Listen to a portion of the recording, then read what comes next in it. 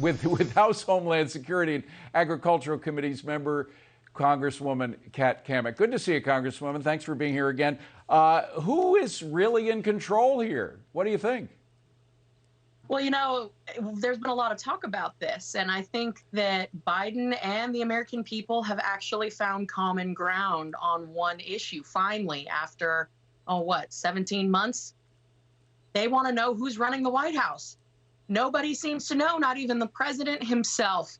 And you see, obviously, all those gaffes where, you know, he takes his cues from the Easter Bunny, looks to shake an invisible person's hand on stage. You have cue cards that have been, you know, photographed and published in the media, outlining very basic things like make sure you say hello and what your name is. It's embarrassing. And if it weren't so sad, it would almost be laughable. But more importantly than that, these kind of gaffes, these kind of miscues, they're dangerous.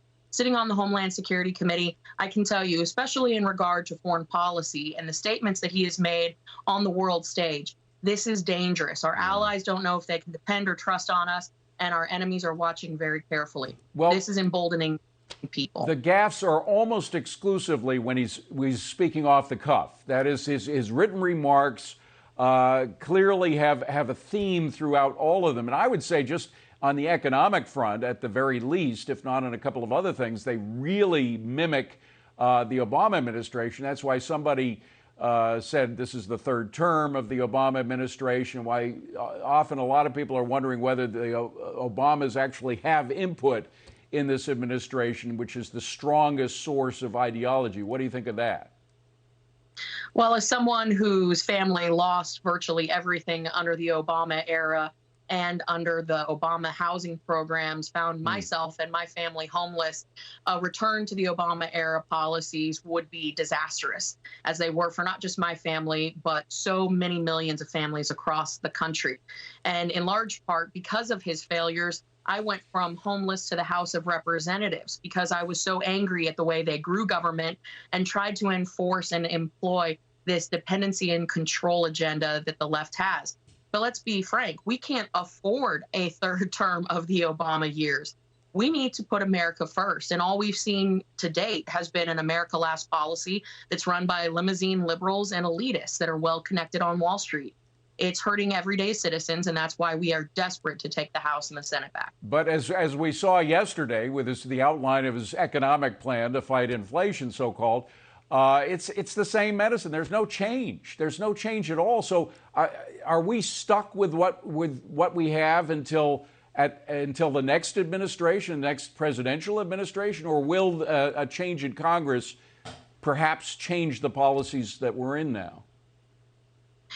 Well, to your question about will things change, I think that taking the House and the Senate back will certainly stop a lot of things. Will it fix everything? No. And I think anyone who sells that is selling you a fake bill of goods. You know, we will have control of the purse strings, which will do a tremendous deal in stopping this slide into this socialist utopia of government fixes everything. But that's the problem that we're seeing out of this administration. It's a one-size-fits-all approach. Whenever they have a problem, they want to throw more money at it, as evidenced by the fact that they spent more than $7 trillion just last year. And let us not forget that Nancy Pelosi never even put forth a budget. They spend at will like it's monopoly money, forgetting that it's we, the American people here at home, that are actually footing the bill for this. So we can't afford it. We need to restore some balance. And I think that's ultimately what Americans want, common sense and balance in our nation's capital. And Republicans in November, we're going to give it to them. You know, they are politicians, and they say the one thing that a politician cares about more than anything else is getting reelected. If they're going to get reelected, if they're going to have any chance, how do they run on an economy, a dud economy, where we have blackouts, shortages, inflation, where, not to mention the chaos at the border and rising crime, et cetera? Yeah, well, you can't, you know, and the poll numbers reflect that. And that is why they're getting so angry. You see Joe Biden making statements like, why aren't there more Democrats coming to my defense? Well, it's because he's toxic. His administration has managed to tank an economy, and really everything it touches turns to crap, you know, and it's a quote former President Trump.